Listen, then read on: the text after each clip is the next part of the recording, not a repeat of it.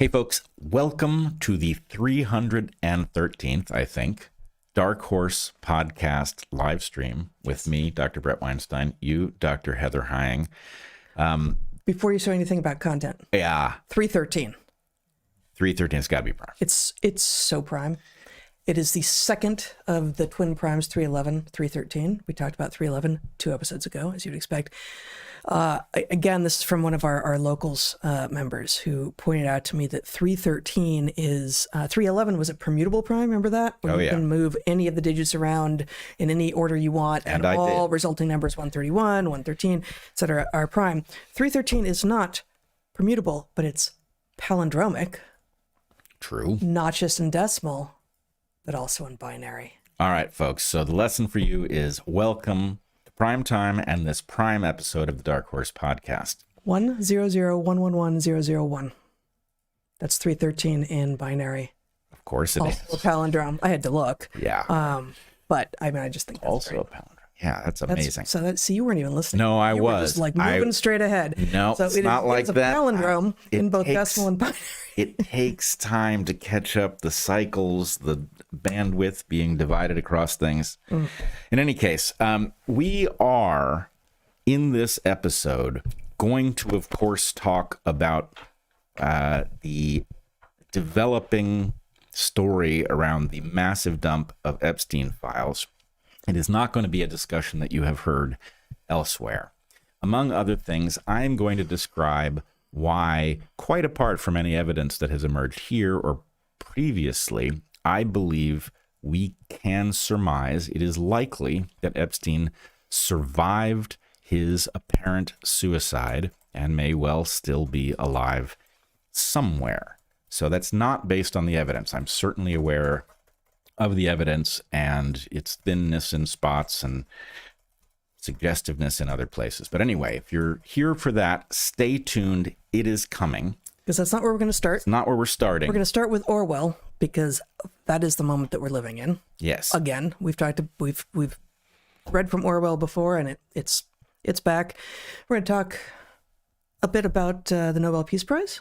Wow. About Wikipedia, about the horrifying latest school shooting in Canada, and maybe then a little more Orwell, because we will also talk about the article that has been circulating about AI and the spooked nature of many insiders who have been in close contact with AI and are watching the rate of progress and arriving at a shocking conclusion about its likely impact on normal civilization and the entire economy. Okay.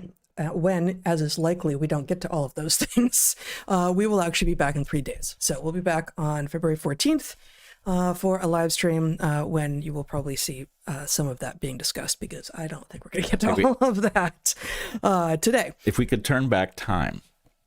No, I am not. I don't even know that song. I'm sure I don't like it, but would you like to cover it?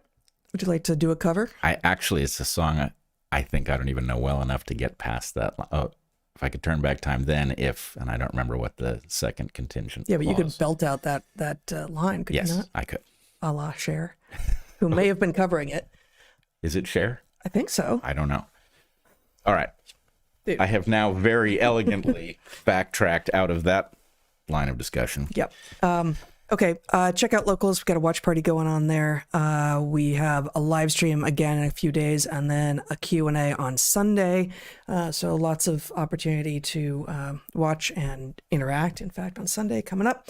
But first off, right now, top of the hour, we have 3, as usual, amazing sponsors, and we'll start with that now. Our first sponsor today is, SaunaSpace, which makes amazing saunas and therapeutic lights. Several years ago, I started looking into saunas, both traditional and infrared, and found a morass of information. Then red light therapy became popular, and the glut of products and claims became even more confusing. Is the product effective? How long does it take to heat up? What frequencies does it actually produce? Does it emit harmful electromagnetic radiation? The only product I found that clearly lived up to its scientific and health claims was SaunaSpace. SaunaSpace combines visible red light and near-infrared to provide deep, radiant heat for whole-body results at home. There's no harsh LED panel, nor a giant wooden box. SaunaSpace's firelight spectrum is a proprietary, sun-like spectrum that was developed over a decade of research and development. The incandescent bulbs are flicker-free, glare-free, and long-lasting, staying consistent for over 5 years. SaunaSpace has 2 flagship products, the Glow and the Firelight Sauna. I've been using the first, the Glow, for years. It's a single, large light that can be used at the side of the desk or bedside.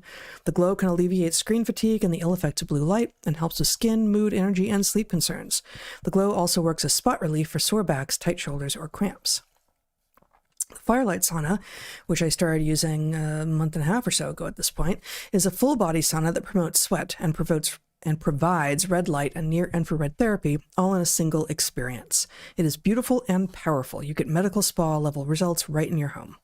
The Firelight Sauna gives you deep detox, pain relief, and better sleep. Your skin gets rejuvenated, you get an energy boost, enhanced cognition, stress relief, and an immune boost, and it helps with healing and recovery.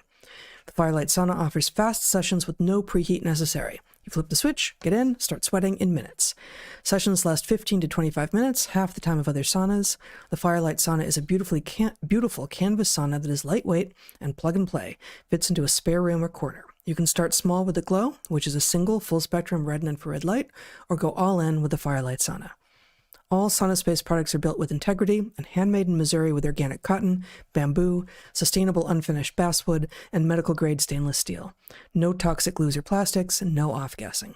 The grounding mat and optional silver lining upgrade blocks environmental EMFs like Wi-Fi to enhance healing, and you get a 100-day home trial and outstanding customer care.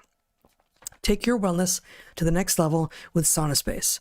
Dark Horse listeners can get an exclusive 10% off site-wide when you shop at sauna.space/darkhorse. That's sauna.space/darkhorse. Discount will be automatically applied at checkout. Now, I think that ad read needs something. Somewhere in there it needs to say that the tent has a decidedly Bedouin aesthetic. Probably just because that phrase has never been used anywhere, but... We've said it before. Well, it is decidedly Bedouin. It is. It's great. Also, fun for cats. I can speak from experience that you turn this thing on and the cats will flock. Yeah, it warms them right up. Yeah, and if you don't like cats and you don't have any of your own, just close the door of your house and then they won't come in. So don't be concerned that you'll get cats that you don't want. It's not going to happen. All right. I mean, we've covered the territory. Our second sponsor this week is Xlear. Xlear is a nasal spray that supports respiratory health. It's widely available online and in stores, and both it and the company that makes it are fantastic. It's Xlear. That's Xlear, pronounced clear. Throughout history, improvements in sanitation and hygiene have had huge impacts on human longevity and quality of life, more so than traditional medical advances. For instance, when doctors started to wash their hands between handling cadavers and helping women give birth, seems obvious to us now, the rate of maternal deaths went way down, and it wasn't obvious then. Breathing polluted air and drinking tainted water have hugely negative effects on human health. Clean up the air and water, and people get healthier. Nasal hygiene often gets overlooked, but consider that the majority of bacteria and viruses that make us sick enter through our mouth and nose.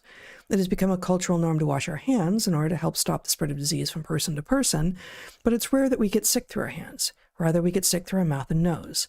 Thus, it makes sense that we should be using something that we know blocks bacterial and viral adhesion in the nose. Enter Xlear. Xlear is a nasal spray that contains xylitol, a 5-carbon sugar alcohol. Our bodies naturally contain 5-carbon sugars, mostly in the form of ribose and deoxyribose, which are the backbone sugars in RNA and DNA, respectively, while most of our dietary sugars have 6 carbons, sugars like glucose and fructose. Xylitol is known to reduce how sticky bacteria and viruses are to our tissues. In the presence of xylitol, bacteria and viruses, including strep, SARS-CoV-2, and RSV, don't adhere to our airways as well, which helps our body's natural defense mechanisms easily flush them away. Xlear is a simple nasal spray that you use morning and evening. It takes just 3 seconds. It's fast and easy and healthy. If any of this sounds familiar, perhaps you listened to Bret's conversation with Nathan Jones, founder of Xlear, on the Inside Rail in November 2024, or to Bret's conversation with Nate's father, Lon Jones, osteopath and inventor of Xlear, on how xylitol interacts with respiratory viruses in May of 2025. We recommend those conversations, and we highly recommend Xlear as a daily habit and prophylactic against respiratory illnesses. That's Xlear with an X, Xlear. Get Xlear online or at your pharmacy, grocery store, or natural products retailer, and start taking 6 seconds each day to improve your nasal hygiene and support your respiratory health. Yep. Still feel clear should be spelled with a C, but I'm also a guy who feels that xylophone should be spelled with a Z. And how about xylitol? Chemistry was never my strong suit. Our final sponsor today is Masa. Nor was spelling. What I literally spelled inquire today with an E. I think that's just the British spelling. Is it? I think so. Oh, I feel quite a bit better. Yeah, I think you should. Yes. Our final sponsor today, Heather, is Masa Chips. Masa makes ridiculously delicious chips with simple, real, whole ingredients. Bulleted list: organic nixtamalized corn, sea salt, and 100% grass-fed beef tallow. Yep, that's them. That's actually a real bag, not a prop. Yeah, It's not a also bag that prop. we've eaten already. Nope. Yeah, but we have plenty of those. Masa chips, like the ones in this bag, are made the way that all of our food used to be made. They're fried in 100% beef tallow, no seed oils ever. You can taste the difference and your body can feel the difference. America's health is declining fast. Chronic illnesses, obesity, autoimmune diseases have exploded. What changed? One thing that changed is that all chips and fries used to be cooked in tallow, but in the 1990s, corporations switched to cheaper seed oils, which include soybean, canola, safflower, and corn. Seed oils are often labeled vegetable oils, as if that makes them healthy, while in fact seed oils are linked to metabolic health issues and inflammation. And today, seed oils make up 20% of the average American's daily calories. Big food companies also use artificial dyes, stabilizers, and other toxins. Masa chips, though, absolutely no seed oils, artificial dyes, or additives, ever. Beef tallow is nutrient-rich, nourishing, and makes food taste incredible. Masa chips are crunchy and delicious, and after you eat them, you feel satisfied, satiated, and energetic. Masa also supports American farms and regenerative agriculture. Choosing real food heals us and our environment, which in turn makes us even more healthy. These chips don't only avoid all the bad stuff, they taste incredible too. There's a reason Sprouts Farmers Market, that's a business, picked them up nationwide. This is the real deal. Try Masa chips with salsa or in nachos, or just eat them straight out of the bag. Our favorites are the white chips, made from their heirloom organic white corn, which gives a particularly light and flaky texture. We also love the Masa blue chips, which have a deeper, nuttier flavor and a serious crunch. They've also got hatch chili for men, gender non-conforming women, and the people who love them. They have Cobanero. And what the hell are you on about? Oh, they're spicy. Cobanero is the really spicy one. Yeah, Cobanero is really spicy. Lime, original, and wait for it, churro with cinnamon. They're all amazing. Ready to give Masa a try? Go to masachips.com/darkhorse and use the code darkhorse for 25% off your first order, or simply click the link in the video description, or scan the QR code to claim this delicious offer. That's masachips.com/darkhorse and code darkhorse for 25% off your first order. The buffer must be full because a lot of stuff keeps, yeah. All right. You wanted to set us in motion in the correct direction in light of the this societally moment relevant direction. I don't know that it's the correct direction. I don't want to be living in an Orwellian landscape. Nope. Much less a Huxleyan one. But this moment is reminding me a lot of 1984. Yep. And it's not the first time that we have talked Orwell. In fact, I went and looked. I actually read excerpts from 1984 in live streams 22, 43, 84, appropriately, referenced Room 101 and Episode 101. And we read from Orwell's The Road to Wigan Pier, which was published before 1984 in episodes 117 and 118. So, we've traveled some of this road before, but the world doesn't seem to be getting any less Orwellian. So here we are. Yeah, that is one of the themes of the book. Indeed. Yeah. Indeed. So I wanted to start. This is this I believe this is a copy that belonged to my mom, and she got a fancier one, and so I may be wrong about that, but this is a 1977 printing originally published in 1949. And I just want to read a couple of paragraphs from, you don't need to know exactly what's going on here to understand the significance of these couple of paragraphs. One from early in the book, one from the middle of the book. So this is, what's his name? Syme talking to Winston, informing Winston of the glory that is to come. Don't you see that the whole aim of Newspeak is to narrow the range of thought? In the end, we shall make thought crime literally impossible because there will be no words in which to express it. Every concept that can ever be needed will be expressed by exactly one word, with its meaning rigidly defined and all its subsidiary meanings rubbed out and forgotten. Already in the 11th edition, we're not far from that point, but the process will still be continuing long after you and I are dead. Every year, fewer and fewer words, and the range of consciousness always a little smaller. Even now, of course, there's no reason or excuse for committing thought crime. It's merely a question of self-discipline, reality control. But in the end, there won't be any need even for that. The revolution will be complete when the language is perfect. Newspeak is Ingsoc, and Ingsoc is Newspeak, he added with a sort of mystical satisfaction. Has it ever occurred to you, Winston, that by the year 2050 at the very latest, not a single human being will be alive who could understand such a conversation as we are having now? Yes. So that's one paragraph. Are you okay? Yes, I'm just fine. Okay. You're responding to Orwell, perhaps? The echoes are unmistakable. The echoes in our current environment. Yes. Yeah. Yes. Okay. And then this next paragraph, only a paragraph, happens in the middle of Hate Week, which is a moment that everyone has been forced to celebrate. On the 6th day of Hate Week, after the processions, the speeches, the shouting, the singing, the banners, the posters, the films, the waxworks, the rolling of drums and squealing of trumpets, the tramp of marching feet, the grinding of the caterpillars of tanks, the roar of massed planes, the booming of guns, after 6 days of this, when the great orgasm was quivering to its climax and the general hatred of Eurasia had boiled up into such delirium that if the crowd could have got their hands on the 2,000 Eurasian war criminals who were to be publicly hanged on the last day of the proceedings, they would unquestionably have torn them to pieces. At just this moment, it had been announced that Oceania was not after all It had been announced that Oceania was not after all at war with Eurasia. Oceania was at war with East Asia. Eurasia was an ally. So, again, that happens in the middle of a book that, you presumably are not in the middle of reading. If you haven't read it, you should, obviously.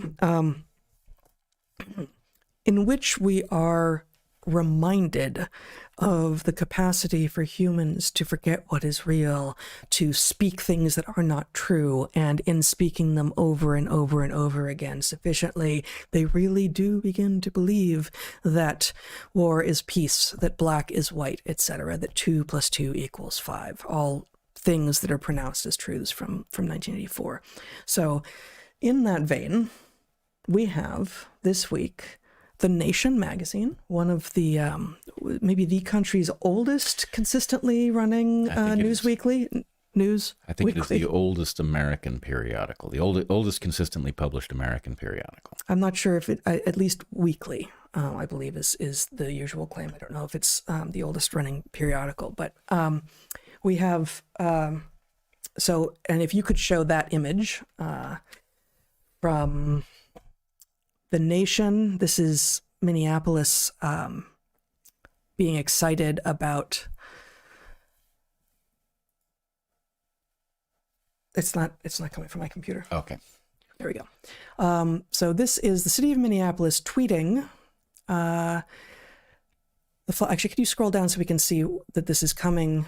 And we'll read the tweet next. So you just show us the whole, yeah, here we go. The editors of The Nation magazine said, through countless acts of courage and solidarity, the people of Minneapolis have challenged the culture of fear, hate, and brutality that has gripped the United States. Their nonviolent resistance has captured the imagination of the nation and the world. And so now you can scroll back up. The Nation has thus nominated the city of Minneapolis for the Nobel Peace Prize. I can't, you've said this to me today, and I laughed at you. It must be coming from the Babylon Bee, but no, it is not. So the city of Minneapolis, of course, is very proud to have been nominated. I I don't even know how a city can be nominated for such a thing, but that's really the shallow end of the pool on this one. The city of Minneapolis, whoever is manning their, theming their social media account, writes of this high honor. The bravery, resilience, and sacrifice our city to protect and support vulnerable communities show Minneapolis's values. We're honored the city was nominated for the Nobel Peace Prize, and it's because of your courageous solidarity to promote democracy, human rights, and peace. Other than there being words missing and it being grammatically weird, I don't even know if they're thanking the nation, the periodical The Nation, or if they're thanking the citizens of Minneapolis, presumably not the ones who think what's going on there is absurd and grotesque, only the ones who are actually, using violence to achieve nonviolence, etc., employing warlike tactics to achieve peace. Very, very newspeak, very Orwellian in all of its instantiations. Yes, and I must tell you, as you know very well, we used to be subscribers of The Nation. It was a special publication. It was published at the time we were subscribers. I believe it was still published in black and white on newsprint. It was a significant source of news. And of course, it had a liberal bent, which it had a clear ideological bias. It never pretended. It never pretended not to, which in fact is a good thing, because all of these sources have some sort of bias, and to pretend otherwise is And it was destructive. a far left bias. It always was. Far left bias. But in this case, you have a news periodical weighing in on a contentious issue, having effectively declared the conclusion, right? So they are weighing in not only on the behavior of the citizens of Minneapolis who are obstructing the federal exercise of power, which I understand they may support, but to declare that the obviously peace-loving side is to also take a position on the national consensus surrounding illegal immigration. So that is an absurdity. So peace is apparently anti-borders. Right. It's an open borders are the route to peace. Yeah. Never mind that it's an obvious route for people who dislike us to come in and dislike Americans, dislike our nation or any nation with open borders, and to disrupt it. So the idea that this is, a battle, a blow being struck in the battle for peace is absurd. It's not an analytical conclusion. It's an emotional response to those people are on my team.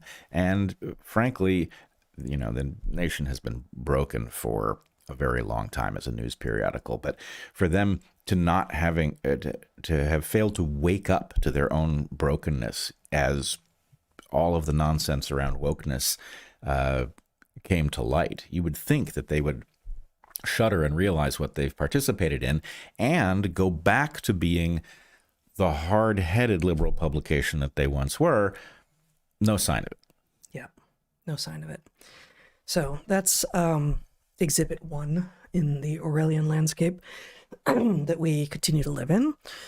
Exhibit 2 comes from Reuters, who was reporting, which was, Reuters is not a who, just as Minneapolis is not a who, reporting on the mentally unstable young man who was on both SSRIs and cross-sex hormones, who opened fire at a Canadian secondary school after killing his own mother and brother, and killing 9 so far, plus himself, probably more. So Reuters reported 10 dead after shooter opens fire at Canadian high school in rare massacre. Summary: mass shooting took place at school and another location in British Columbia. Public Alert described the shooter as a female in a dress with brown hair. Incident among the most deadly mass casualty events in recent Canadian history. Now, to be fair to Reuters, they are reporting on what the police, the first police report said. So they are actually just saying what was said. And then just the first couple of paragraphs in the Reuters piece from yesterday. 10 people, including the shooter, are dead after an assailant opened fire at a high school in Western Canada on Tuesday in one of the country's deadliest mass casualty events in recent history. The attack brought to Canada the type of mass shooting more common in the neighboring United States and was carried out by a shooter described as female. police said. And, even if you haven't heard about this horrifying incident yet, you know what's coming. This was not a woman who engaged in a mass shooting at a school. This was a confused young man who had mental health issues quite apart from whether or not he believed himself to be female or was encouraged to believe himself to be female, for both of which there is evidence. And we are receiving information that reverses reality, that makes it impossible to know what is true. And just as when we were assured that the new COVID shots that were about to be introduced to the public were safe and effective, and we knew that they could not know they were safe, and therefore we had to ask, what else are they lying to us about?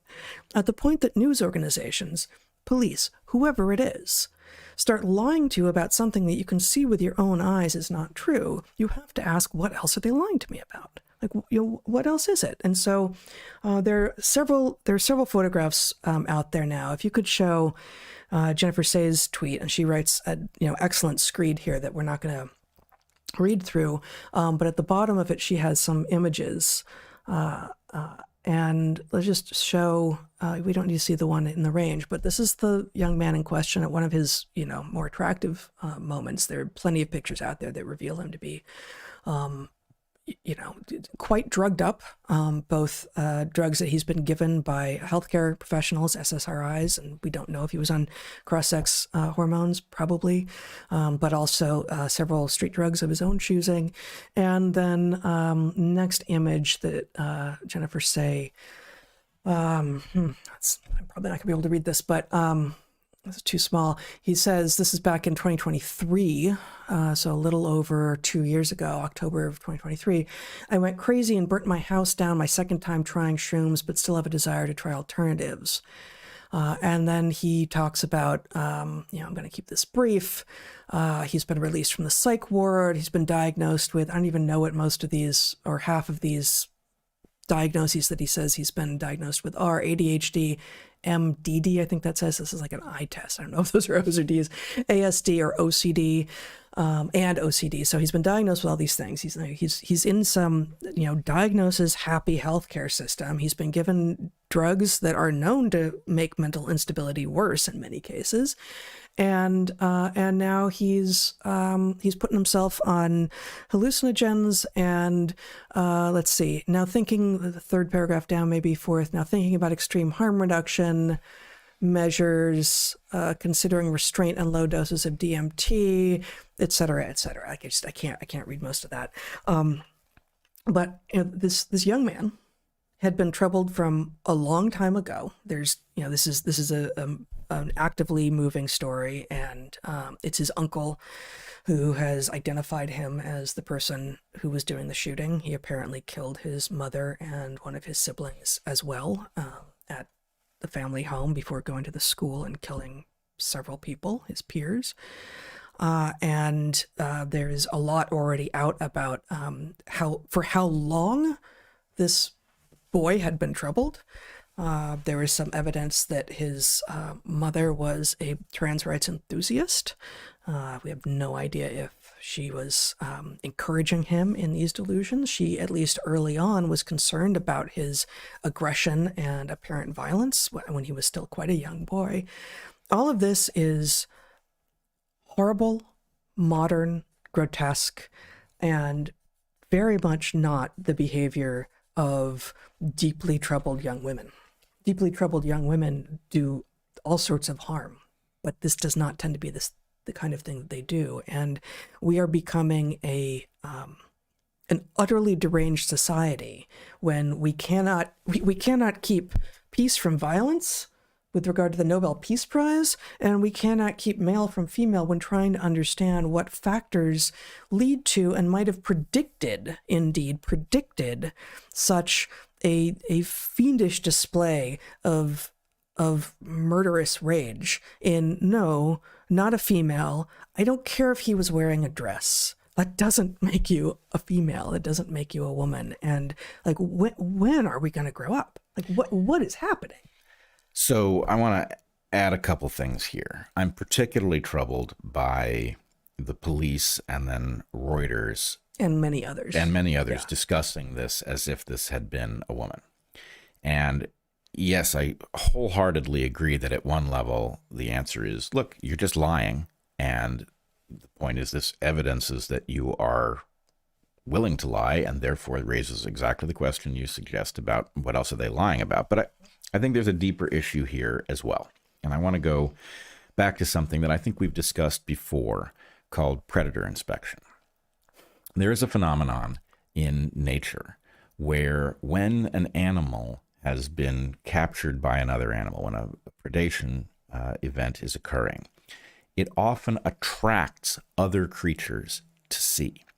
And the interpretation of this is that if there is something preying on creatures in your environment, that it makes sense to go find out what it is, so you know in what way to be more on alert. So predator inspection is a real thing because information is a real thing. There's a lot that goes into shootings and mass shootings. They're not simple events. We have a right to process information about patterns. There is a very clear pattern about trans women, that is to say, men who are presenting as women. I'm going to ask that we start using the language trans-identified men. That's the word that I use because there's nothing woman about that guy. Right.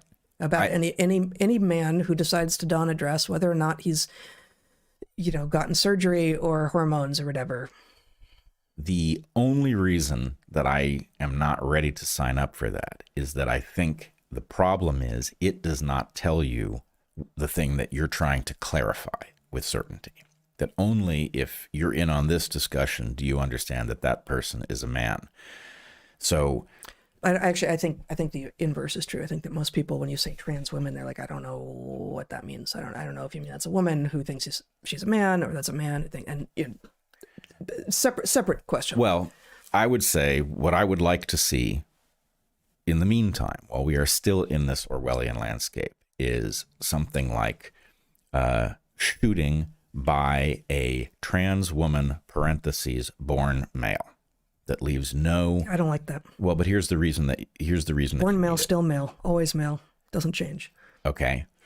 So I'm, as you know. I am sorry, fucking done. Right. I am done with these. I'm with you at the level of done. Mm-hmm. I want to solve the problem, which is we have lost the ability to speak. So to your point about Orwell, we have to be able to say that's another one. And to the extent that we have decided collectively, and maybe we'll undecide, but to the extent that we have decided collectively to say that a trans woman is born male presenting as female, we have a right to notice the pattern. That is, these people keep engaging in mass shootings. These people are generally on SSRIs, which are also connected to both self-harm and murder. And it is this point about predator inspection. We have a right to have the presentation of evidence allow us to recognize a pattern. And what is going on here, both on the part of the police and the part of the press, is that they are directly covering for pharma at the very least. The idea that pharma has been pushing a medicalized idea of transition, that it is connected to violence in a way that is unmistakable. And the police and the press, presumably motivated out of some wrong-headed desire not to be insensitive to murderers, is covering and obscuring the pattern that we, of course, should be talking about, along with any other pattern that is connected to these events. This is a larger, a more global version of what many women, including myself, have been talking about with regard to the harms enacted by the trans activism on women, which is that we are told, do not believe your lying eyes, believe my delusion, believe my fantasy. It would be disrespectful not to. And furthermore, if you get that tingling on the top of your head, in the back of your head, in the back of your neck, you sense, am I being followed? I don't like to look at that guy. These are things that women have been honing for, I'm going to go with millions of years, have always been encouraged to become aware of, to become hyper aware of, and to listen to our instincts, even if it might mean that looks offensive to someone. I'm sorry, it's not worth getting murdered over not looking offensive. So the idea for a while now, like, oh, actually, I'm not supposed to point out that's a dude wearing a dress and lipstick. No, I am going to point that out, and I'm going to be hyper aware of it, because frankly, you're using your cosplay, your fantasy, to get into spaces where you don't belong. And obviously, murderous rage is an extreme version of going places you should never go. But part of what is happening when we're told, oh, it's a trans woman. It's like, no, it's not. That is a man who has been mentally unstable since he was a boy, who's been on drugs that probably no one should be on. And I'll get pushback from that, but there is ample evidence that SSRIs are terrible for almost everyone that they're on. I have not seen any evidence that he was on cross-sex hormones, but these are deranging as well. They're more likely to be deranging if you're a woman on testosterone, inexperienced with the levels of exogenous testosterone you're now getting, but especially as a young person who is still going through active puberty, as an 18-year-old man typically will be, receiving exogenous cross-sex hormones is not going to help with what is clearly mental instability. And as you say, like we are entitled to, and we actually are obligated to do pattern recognition for our own selves and on behalf of those whom we care about. And when we get garbage like this saying, well, it would seem to be that the logic was the person was in a dress, therefore the person was a woman, which is absurd. And then there's the press conference in which they're referring to the gun person. Yeah. The gun person. Like, maybe there should be, excuse me, a gender neutral term for gunmen. I don't know. You can't create it. That's part of Orwell's point, is that we don't, we can't just decree that there's now a new word for something and voila, make it happen. But gun person is actually, that's going to backfire on them, because now anytime anyone uses the term gun person, it's like, oh, it's a dude in lipstick. Great. Like that's what we got. Right. Well, okay. I do want to make one more point, which is that there is a legitimate issue. Like, let's say that, I don't know when the report came out by the police. I don't know if this all went down so fast that the report was actually effectively after it was over. I wasn't following in real time. But let's say that you've got a real-time active shooter situation, and you are trying to put out information that is a warning. Mm-hmm. Now you have an issue, which is, what am I on the lookout for? You are looking for a man who may well be presenting as a woman, either compellingly or not compellingly. So if it really was like fog of war stuff, yeah, and all they knew was wearing a dress, you could say person in a dress. Person wearing a dress. Female in a dress is which is what was written, is simply wrong. It's just simply wrong. And anyone who got anywhere close would have known that. Yeah. So all I'm saying is, A, this is journalistic and police malpractice to be giving us contentious, misleading representations in place of actual information. What you actually have to do is give us the information. We can sort out later what to think about it, but we need to come to an agreement, right? As I've discussed other times, the idea that the New York Times reports Chelsea Manning giving documents to Julian Assange just is not true. It's a fiction. You can't do that. You can say Bradley Manning, who now goes by Chelsea Manning, but You can't make shit up, and they're making shit up, and it's going to get people killed because there are lots of patterns here. If one of them is that something about trans ideology, about the medications, about the counseling, whatever it is that is causing trans people to engage in mass killings, is something that we have a right to grapple with, and you are covering for the killers. It's not a reasonable thing to do. No reasonable person would conclude this, except in an Orwellian age where reason isn't a thing. Right. Okay, but at least we have the the public has been creating a world encyclopedia for 25 years now, and it's extraordinary, is it not? So can you see my screen? Nature, the International Journal of Science, Nature, on January 29th of 2026, wrote an opinion piece titled, "Wikipedia is needed now more than ever, 25 years on. The online encyclopedia is an antidote to an increasingly poisoned information ecosystem. Researchers should help to nourish it." That is so upside down. There was a time. That time has passed when Wikipedia was actually extraordinarily useful as a human-sourced, human actively engaged with fact-checked repository of information. We have we got slandered in Wikipedia early in talking about COVID, and I think they've actually backtracked a little bit, but it's still insane. Yeah. And many people have experienced far more absurd treatment in Wikipedia. And here is Nature, the International Journal of Science, Nature, which is I did not know before that was its tagline. Writing, and I'm just going to read a couple little bits from this short op-ed piece. Wikipedia is 25, they write. The world's largest encyclopedia celebrated its birthday on the 15th of January. This is a remarkable milestone, not just because of the website's longevity and enduring relevance, but also because it has retained its founding values. These are worth reiterating. Wikipedia is free to use, is extremely participatory, and aims for a high degree of transparency in its content. Let me go a little bit later in the article here. They say, to accommodate such a collaborative effort, Wikipedia has had to develop and adapt its working practices, which are summarized in 5 pillars. Most famous is Wikipedia's neutral point of view. This principle requires editors to be accurate and fair.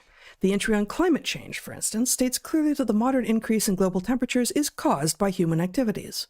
But it also discusses the misinformation that informs climate denial. I'm just... Not only did somebody write that, but it got through the editorial process without anyone understanding the Orwellian upside downness of it. Yeah.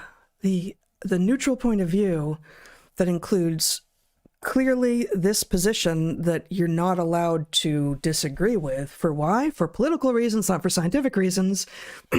But it's neutral and balanced and fair, presumably, as well, because it provides the other position, which, oh, by the way, is misinformation. We all know that. Don't we know that? We know that because we're reading it right here in Nature, the International Journal of Science. And that demonstrates that the neutral point of view to which Wikipedia aspires is, in fact, being met.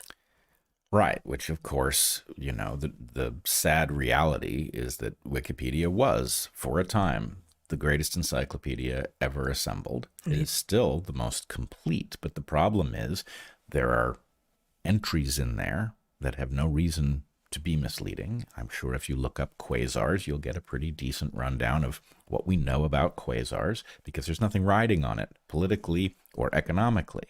But every place where there is stuff riding on it, this is a captured, gamed, and hijacked institution, and it simply misleads. So in some sense, the true stuff, which might even be the majority of it, is the lost leader that covers for the fact that it is basically distributing propaganda everywhere where people are battling over things with important ramifications for profitability or guilt or whatever it is. So, it's one of the saddest stories in the entire internet age, because you had this thing that humanity could benefit from. I mean, you remember encyclopedias used to be these expensive things that only, I'm sure you had a line of them in some bookshelf in your house growing up. We certainly did. We had an encyclopedia, and we were lucky to have it.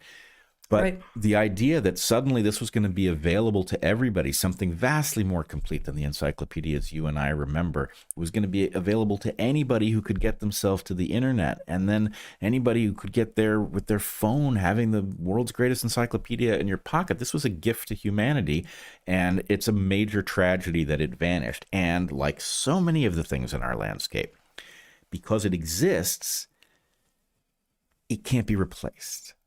Right. No, but we can't allow the institutions to fail, but they have failed, therefore we need to replace them. But no, you're misunderstanding. They exist, therefore they must be good. Like this is the sort of crazy circular argument you get from people when you say it's already gone. I know it's standing there in front of you, but it's a skin suit.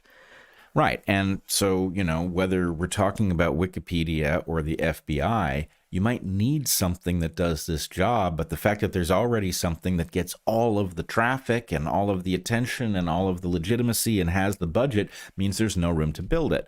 Yep. Now, kudos to Elon Musk for building Grokpedia. Early signs are it's just simply hands down better for the fraction of the material that it already covers, including coverage of you and me. But it's a hard slog because of the network effects of the first case in which something like this was accomplished. It's such a loss. Yeah, it really is. I just want to do one little bit from Orwell before we transition into the rest of what we're going to talk about today. Okay. Yeah. You used the word transition. Suddenly I was jarred, but it's a real word. Segue. Yes. All right. So 3 years before 1984 was published, in 1949, Orwell published an essay called Politics in the English Language in 1946. And this is a cute little book that includes several of his essays, including Politics in the English Language. So I want to read just a page from this.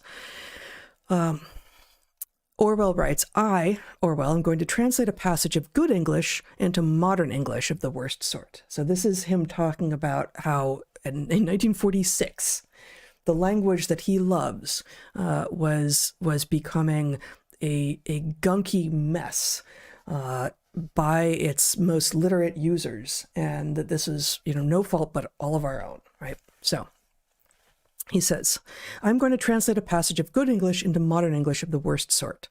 Here is a well-known verse from Ecclesiastes. I returned and saw under the sun that the race is not to the swift, nor the battle to the strong, neither yet bread to the wise, nor yet riches to men of understanding, nor yet favor to men of skill. But time and chance happeneth to them all. Here is Orwell's modern English rendering of Ecclesiastes.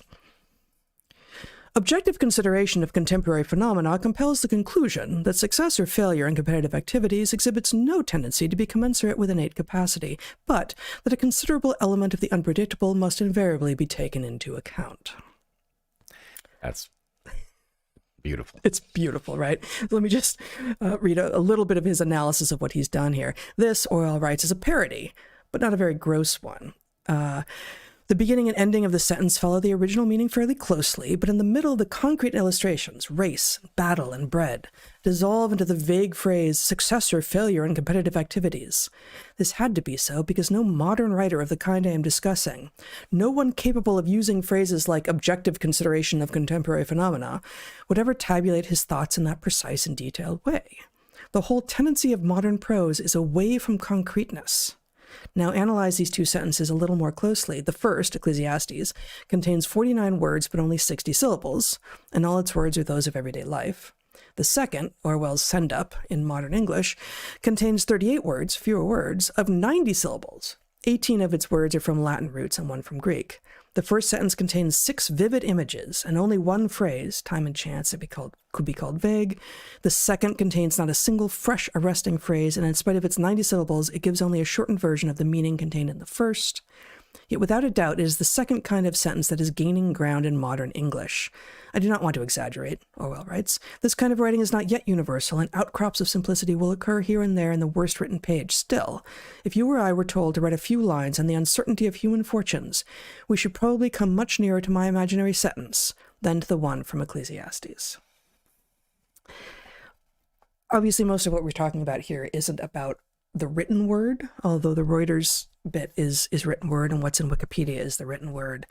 But we're seeing now the same thing happening to poetry and vivid imagery and actual observed truth in description, in speech as well, not just in writing. We're not going to get to hear from Ecclesiastes anymore because we have to be talking about contemporary phenomena and such. Well, I'm reminded of the preferences of the academy.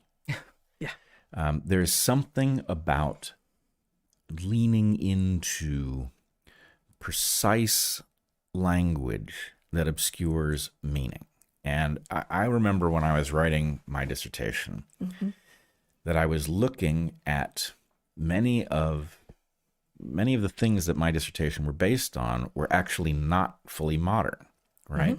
And people used to write differently, right? The greats in our field wrote differently. If you look at Darwin, for example, he presents a compelling argument, accessible to anybody. It's not full of high-minded jargon that makes it impossible for the layperson to know what Darwin is claiming.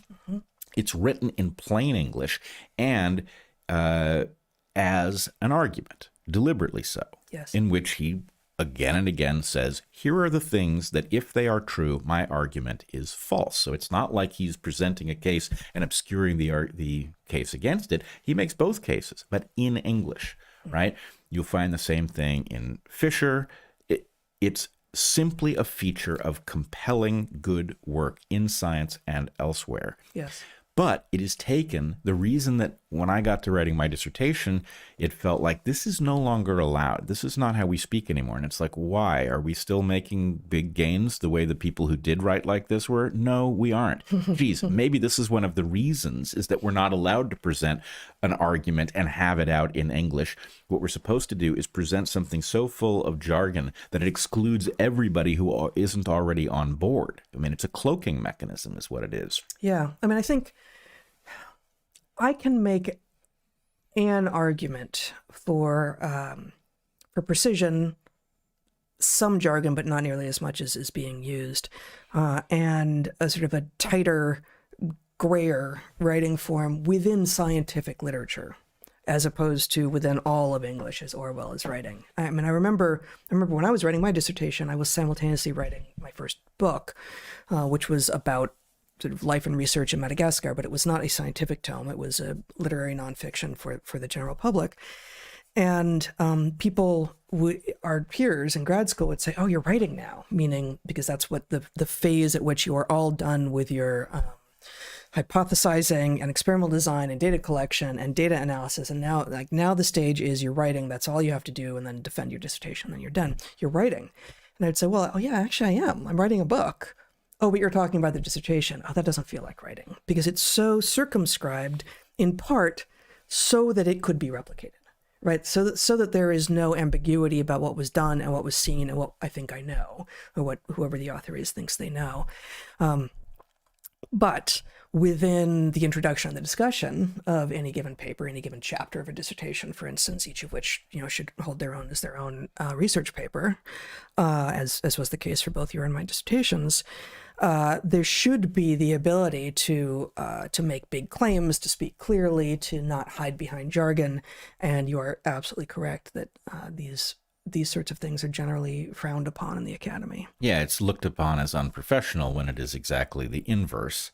And I would argue that the distinction, which we've made before, is very clear. You have terms of art, which are things where it is necessary to speak with special terminology that not everyone would know in order to say what you're saying, because your discipline has a term for, a paraphyletic clade.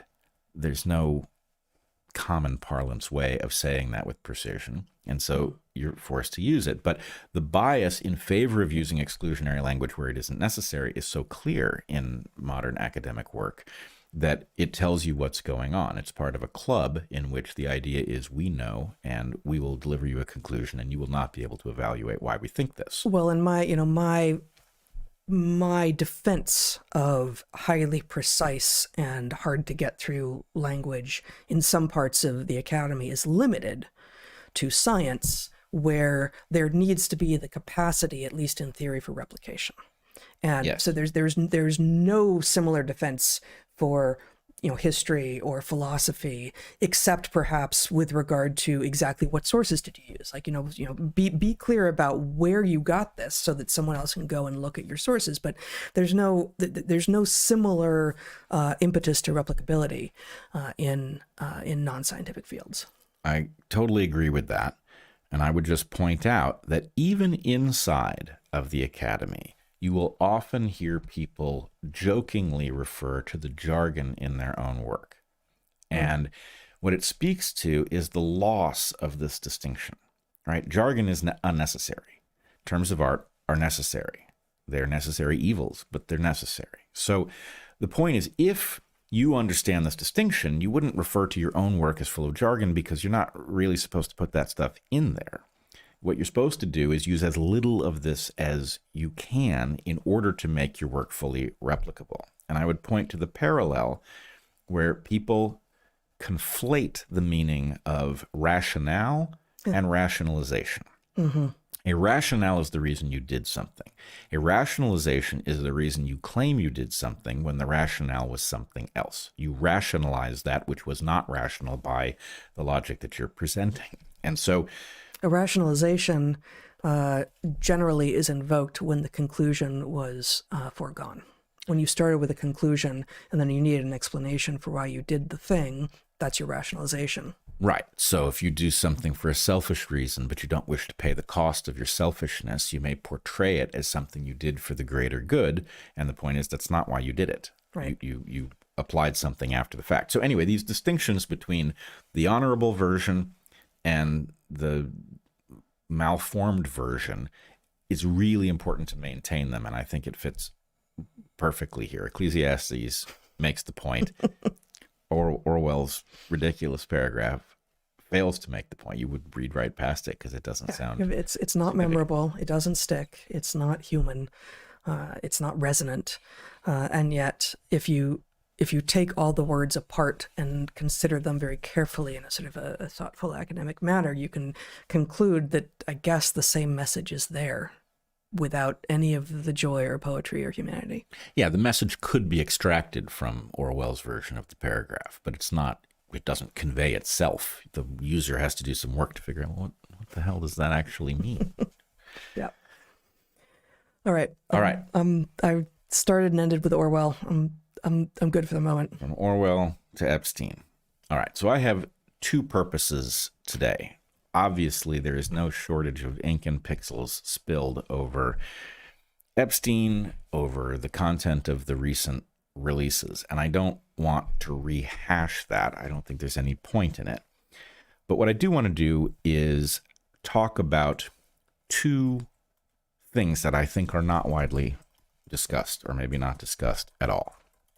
The first of them is the question of what is the meaning of what we just saw? So the narrative is that Thomas Massie forced the release of a massive tranche of documents from the Epstein files, and people are now going through that material and finding all sorts of patterns and suggestions of bad behavior and all of that. Everybody who is paying attention to this story is familiar with some of what has emerged here. I'm trying to pay attention to almost the inverse. We didn't get all the documents. I don't think we got the file. And I will come back to that distinction in a second. We got a lot of stuff that appears to be real and appears to be significant in terms of telling us what the Epstein phenomenon was, I don't know that it tells us what it wasn't, but it tells us a lot about what it was and a certain amount about how it worked. Not a ton, but anyway, 3 million plus documents is allowing us to know a lot of what we didn't know before or couldn't be certain of. But there's something conspicuous about the pattern in what we have.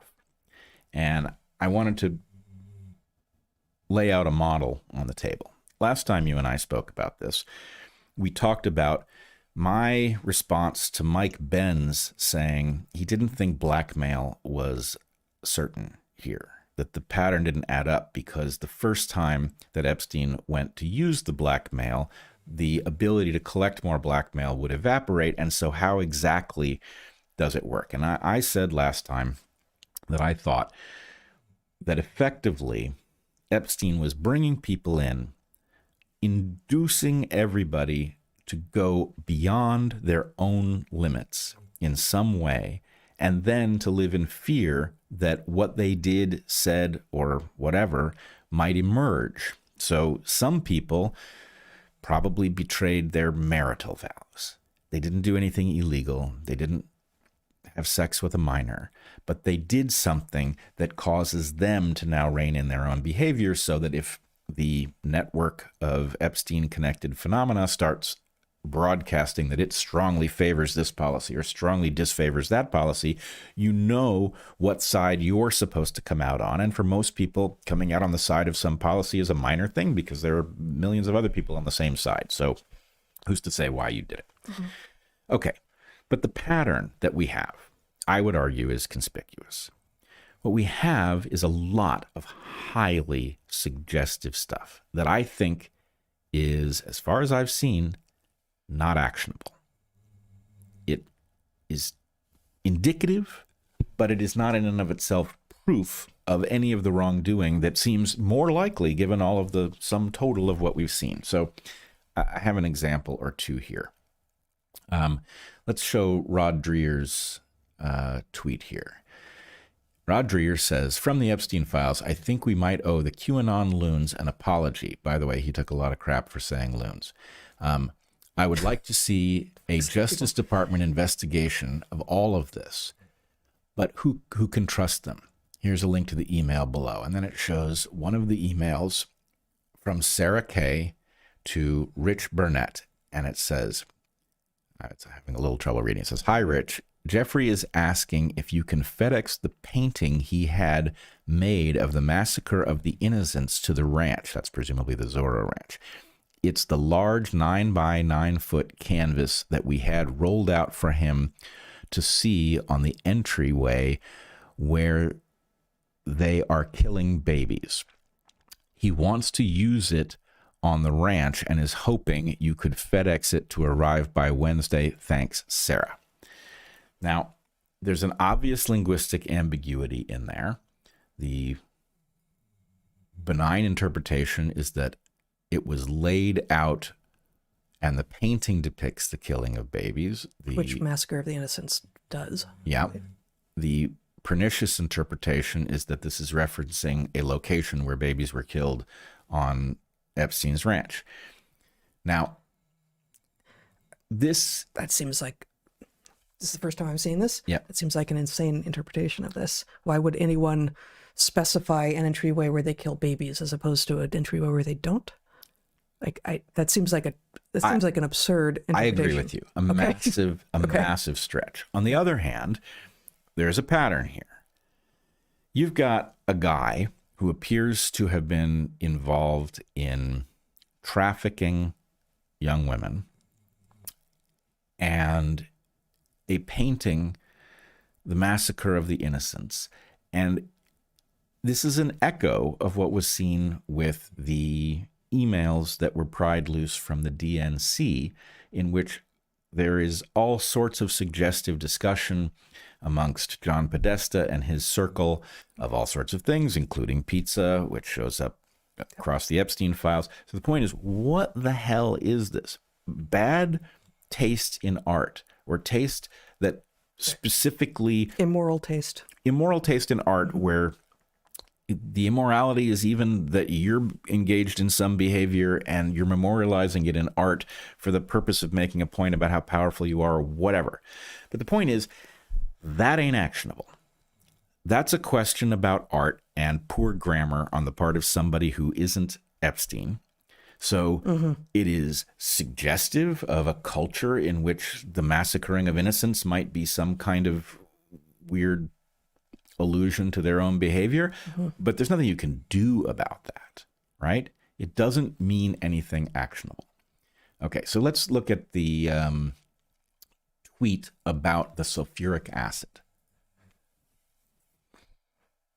So this tweet shows an invoice. Here, we'll show you the tweet first. It says, this is from an account called 50 Shades of Whey, spelled like the liquid that comes off of cheese manufacturer.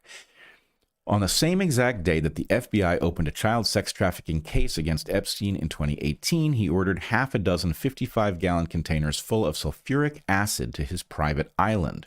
It could be a coincidence, but what are the odds? On the same day was he tipped off. And then it shows some screenshots that are redacted. I can't read them from here, but I've looked at them, and what they say is that they made an order for 55-gallon drums, 6 of them, full of sulfuric acid. Okay, now, on the one hand, sulfuric acid can be used to dissolve a body.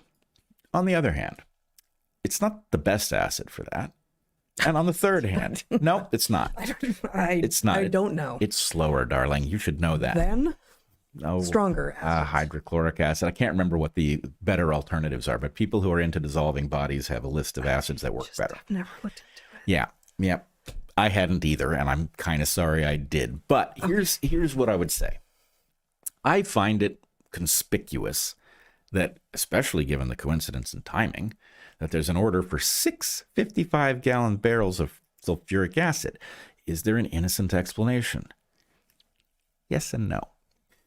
There's an invoice. It's legal to purchase vats of sulfuric acid, and there were presumably reasons that normal people would use sulfuric acid. Not normal people, but people who own small islands. Specifically, other people who own small islands. Yeah, if you owned that island, why? Well, let me tell you what I've learned, and anyone is welcome to correct me. I know a little bit about this topic, but not a lot. Little St. James does not appear to have a source of water. Now, there are a couple of possibilities. Little St. James is Epstein's island. That's Epstein's island. You could have a well, but the well is not likely to produce enough fresh water, and it's also likely to have lots of salt infiltration. So, how were they getting their water? There are 2 possible ways. One is water catchment, which also is finicky because it requires rainfall, and yes, you can collect a lot of water, but it would appear from the documents about the sale of the island, for example, the real estate advertisement for the island before Epstein owned it, that the way it was done is the obvious way, which is desalination of seawater. Reverse osmosis. Reverse osmosis, exactly. Now, reverse osmosis is a very energy-intensive, expensive process, and it's a finicky process that involves sorting out all of the stuff using membranes that are semi-permeable, using pressure to drive seawater through these membranes such that the salt is held on one side, creating a brine, yada, yada, yada. There is a problem with this process, which is that if the pH balance isn't quite right, you get the buildup of mineral materials that degrade, I think, the membranes, but certainly build up on the machinery. And so you want to prevent that from happening. And does it tend to go basic? Is that the direction that it tends to fail? I think so. And sulfuric acid is a relatively weak acid? No, but nonetheless, you can titrate. Yeah. Okay. But when I pursued this with the fancy version of ChatGPT.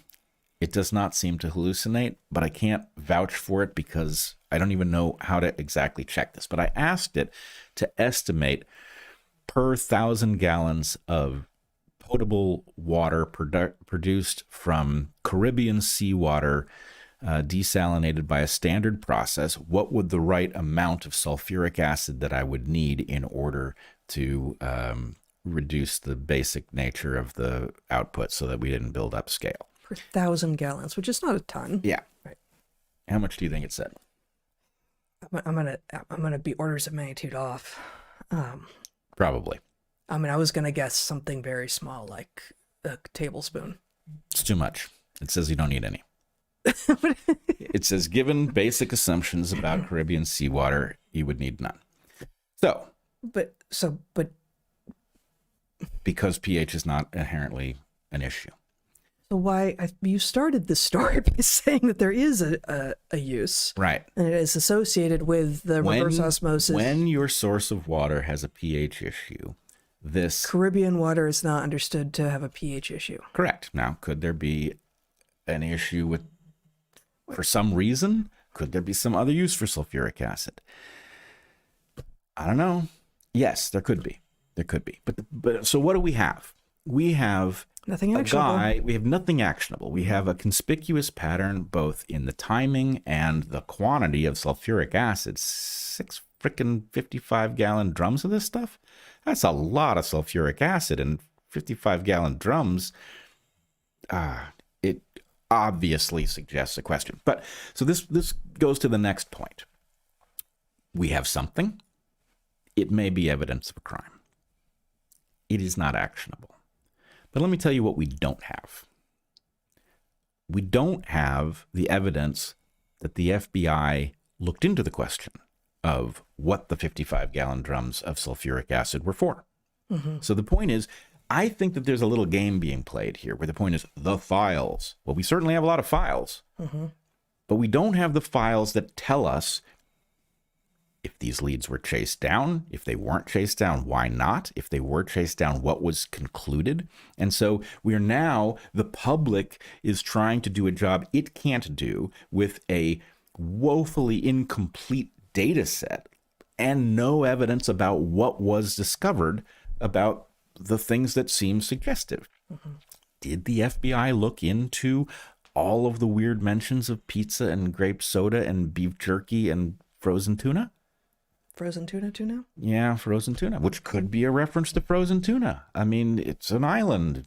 Wouldn't be shocking if there were frozen tuna involved. But in light of all of the weird language, I mean, why is the beef jerky being kept on ice? Beef jerky does not need to be kept on ice. It's one of the reasons that you want beef jerky is that it doesn't require you to control the temperature in order for it to be durable. So why does he have all of these people corresponding with him, waxing philosophic and updating on how quickly they're going through the beef jerky they have and when they might need some more and why it's being kept on ice and where? It's crazy. Did the FBI investigate the beef jerky? I'd like to know what they concluded. Maybe there's a perfectly innocent explanation, but we don't have it. So, okay. Now let's talk about why we don't have it. I think there are a couple things to understand, and basically what I'm going to argue is that both with respect to whether or not Jeffrey Epstein remains alive and with respect to the games that are played over the Epstein files, it's the game theory that tells you what's going on. So I would argue a couple things are true. One, and I pointed this out months ago, you have a guy who appears to have collected a huge amount of Kompromat. What is Kompromat? It is power. It is the power to shape events. It is the power to bring people onto your team. It is the power to isolate people who need to be gotten out of the way for something that you want done. It is power. So one of the problems that you're going to run into is the same problem, if the police discover a huge stash of money involved in criminal activity, there's an obvious question about what it is that forces them to turn that money in versus disappear that money. So what I think is, one thing is true. We are living downstream of some amazing elite game that looks like Game of Thrones, right? The elites are playing some game with the rest of us where they have information we don't have access to. It allows them to make huge amounts of profits. It allows them to function like superhumans. To the extent that Epstein had accumulated this stuff, it is highly valuable to other people to have it, and they will therefore be reluctant to cough it up. So one of the things that I think we see in the massive release of partial evidence that we saw is that those redactions where the perpetrators' identities are hidden functions as a shot across the bow. To the extent that somebody is now in control of Epstein's library of Kompromat, well, somebody else can advertise to those who are in that library of Kompromat, hey, we now own you, right? So we'd be foolish not to wonder if that's what the pattern is. Why did the documents we did get to see get through and the documents we haven't yet seen not get through? And you can see this, the number of documents that start in the middle, or correspondence where you have one piece that's responding to something we don't have. It's obvious that this is selective. In what way was it selective? What picture does what's not there paint? And one of the things that it does is seems to create the opportunity for that power to be seamlessly transferred to somebody else. Yeah, it seems to put, it names a lot of people who may now be considered to be on notice, but presumably there are many, many people who are not yet named as well. Yeah, lots of people who know they're in there. Right, who know they're in there, who presumably, many of them are dumb shits who went to the site and searched for their own names to see whether or not they're in there. So somebody who was paying attention and decided to log that information might be able to get a map of the things they maybe haven't spotted yet and who might be nervous. So anyway, the point is, it's Game of Thrones. It's still going on whether Epstein survived or not. Okay, now I want to get to the reason that I think Epstein probably did survive. Before you do, does it matter? Yes and no. I mean, for one thing, It seems to me that he was a puppeteer, but he wasn't, it seems, a brilliant puppeteer. well, let's put it this way. If he survived, that describes a landscape of people who participated in dodging justice for him, in hoodwinking the public, in breaking the justice system.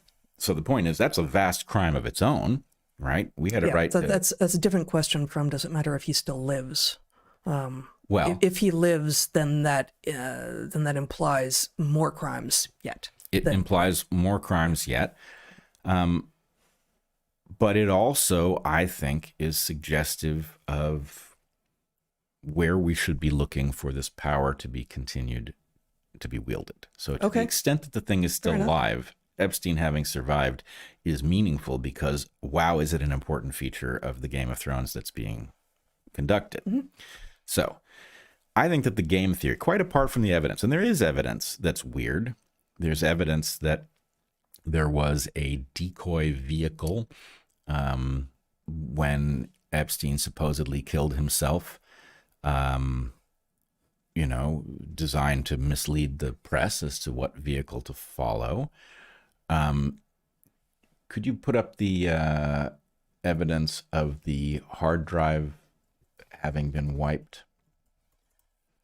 So, okay, I tweeted nothing to see here, literally, in response to an account called Brian Allen, who says, newly released documents show an FBI agent removed the hard drive from the jail's camera, wiping all the footage from the night Jeffrey Epstein died.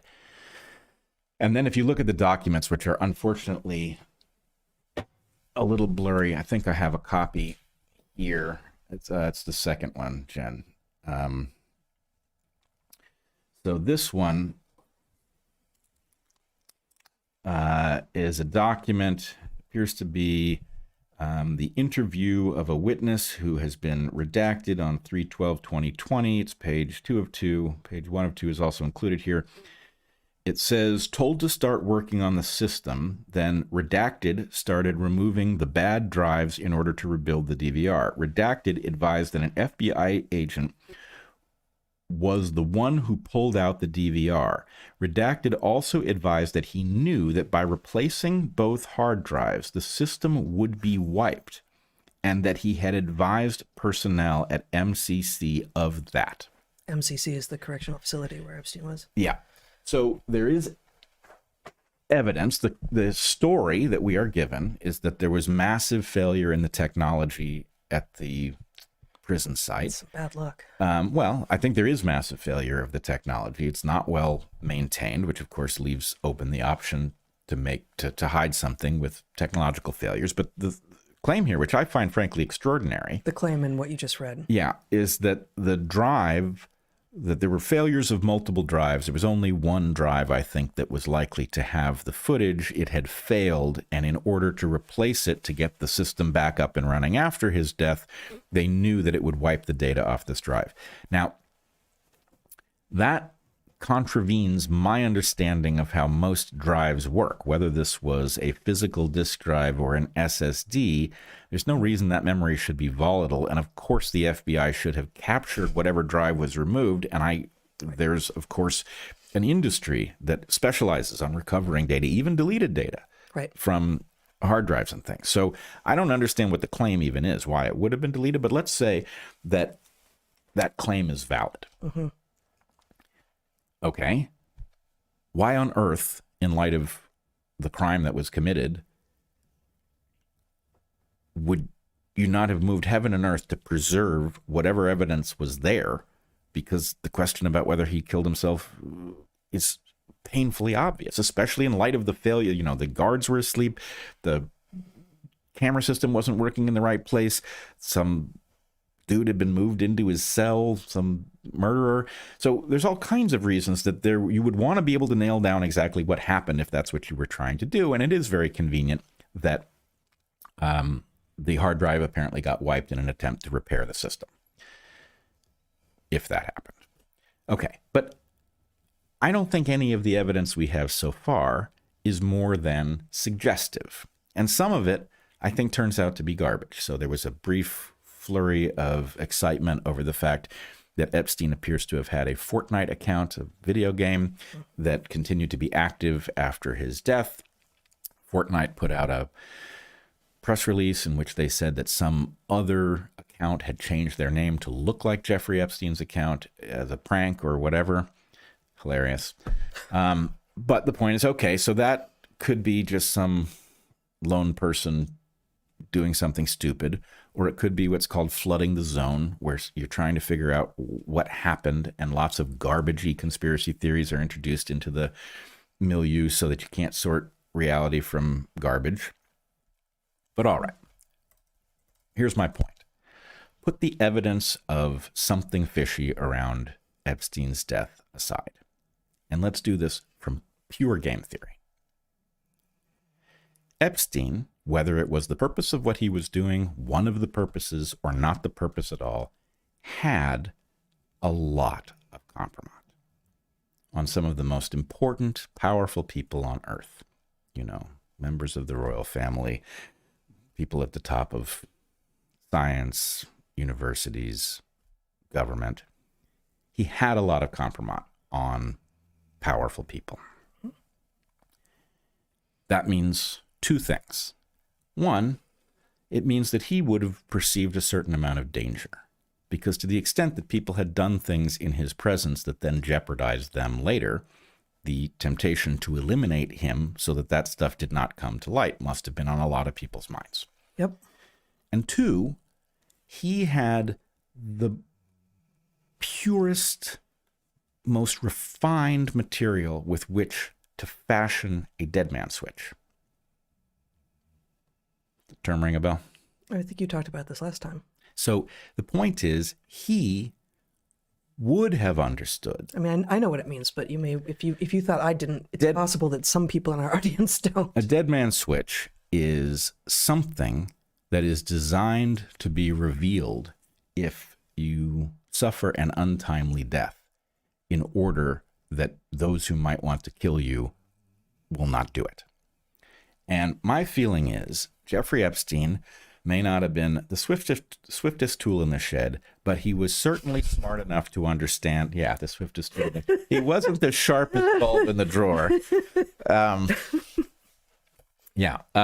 But he was certainly smart enough to understand, A, that he was in jeopardy, and B, that he could change the set of incentives around eliminating him such that were he to find himself in prison, he couldn't just simply be suicided.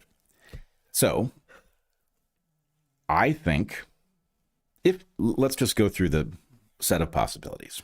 It is possible Jeffrey Epstein killed himself. Why would he have done that? He would have killed himself because he didn't want to face the consequences for what would be revealed in a trial. Okay? On the other hand, he had a lot of power.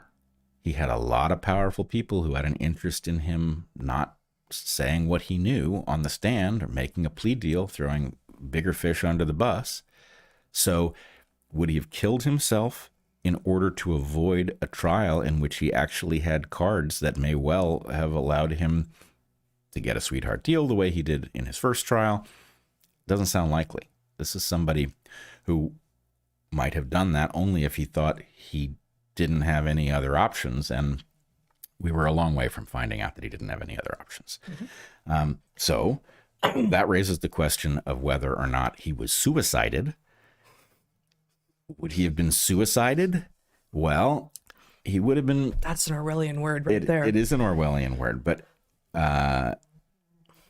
he would have been suicided by people who thought they stood to gain by his never making it to the stand. Yes. Which he would have anticipated. Sure. Having already been convicted once.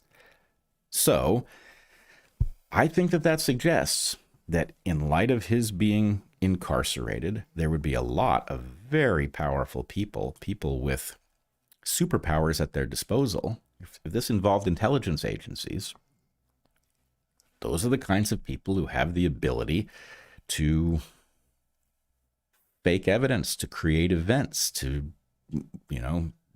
disappear people and put them in witness protection or whatever it is that they do. So the game theory alone suggests that this should be a primary concern for the public. And if he is still alive, obviously he's still a witness to whatever it was he was participating in, and he knows who else was participating. And I should point out, I am so not suicidal.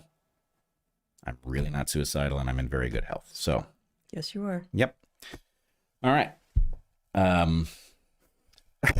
You're looking at me like I should have a follow on, and I honestly, I was right there with you. Yep. Also, the frogs have begun to call, and I was thinking about the beauty of a spring that is coming with the frogs calling, and how much more I prefer to think about frogs than Jeffrey Epstein. Yes, absolutely. Absolutely. I agree. The frogs are beginning to call. I heard that last week and thought, there's always that one day. It's always strangely in the winter here when the frogs begin to call. That's frogs for you. That's temperate frogs. It was a little later in Michigan, a lot later, in fact. Well, Michigan, you may remember, had rather harsher winters. Oh, yeah. Just, a little bit south and west of Michigan, the frogs, some species of frogs actually bury themselves underground and become frozen little frogsicles, such that you could dig them up and drop them and they'd shatter if you didn't give them the time to thaw out. So Michigan and the Pacific Northwest do not exactly have the same kind of winters. Totally agree. Yeah. Totally agree.